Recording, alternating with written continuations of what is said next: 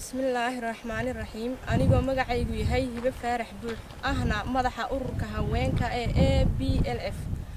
waxaan halkan mahad ballaaran uga celinayaa halgameeyaasha naftooda u huray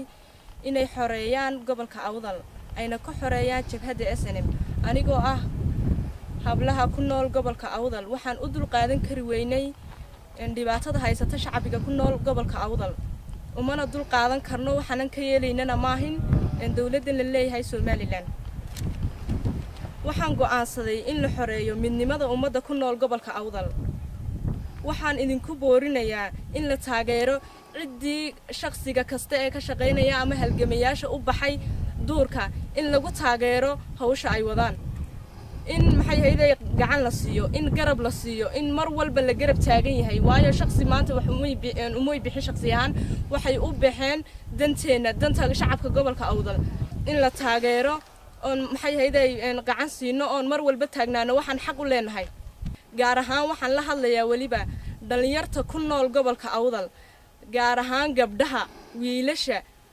waxaan leeyahay maanta hay siraysanina ha oranina waxba ma qaban kartiin maanta waa maxay hay'adda waa tolkeen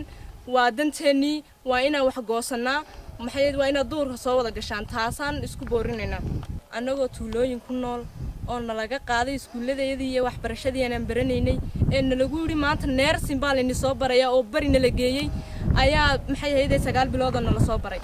ay waxay bulshadeedii u qabanayaan aan jirin taa kaba sokow maanta dhalinyartii aan isku jirnay ee saaxil aan Awdal lahaayeen maalin aliya maalintay ka bixin iyagoo 30 qof ah oo anaguna 10 qof nahay maalintii xafladeedii la qalin jabiyay nalooguna balan qaaday in dawooyinkayaga iyo mishaaradeedaan helayno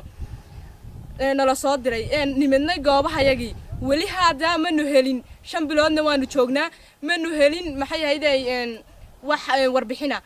meeshii ka taga walaa jooga walaa waa la nii soo socdaa dadkii aan isku mid ka ahayn ee galaaska wada baxnayna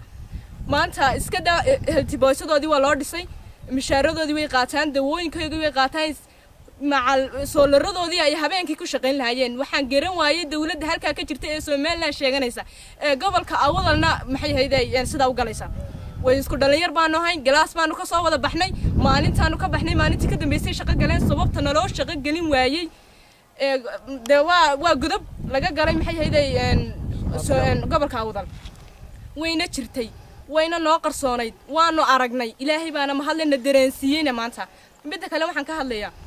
Soomaaliland wax bilaa shaqo la yiraahdo ma jirto halkay laakiin ka jirta gobolka Awdal gobolka Awdal ma ahin Soomaaliland dhalinyartoodii ka soo baxay 6 sano ka hor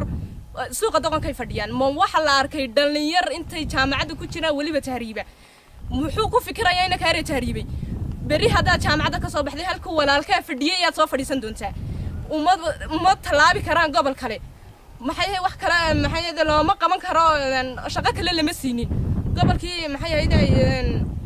magaaladii bay sida wada fadhiyaan uqdad bay ka qaadeen dhalinyarta Awdal waxaan leeyahay wixiina wada helaysiin xaqina wada helaysiin ilaahay bayna garansiiyay waan guuleysanaynaa waxaan kale oo ka hadlayaa maanta waxa la leeyahay lughaya waar sida dhul laguma qaato shacabka reer lughaya waxaan leeyahay uma dul qaadan karno mana yeelayno in taako dul ahna laga qaato waxaan ugu baaqayaa oo u bishaaraynayaa inaan maanta ciidan xoog leh aan leenahay oo wax iska difaaci karno shacabka reer lughaya waxaan leeyahay waan garab taaganahay maxay hay'adda heeliyo hoob waan la garab taaganahay annaka ay heelinayna dulkeenana taako ma ogolin in cid kala qaadato waxaan leeyahay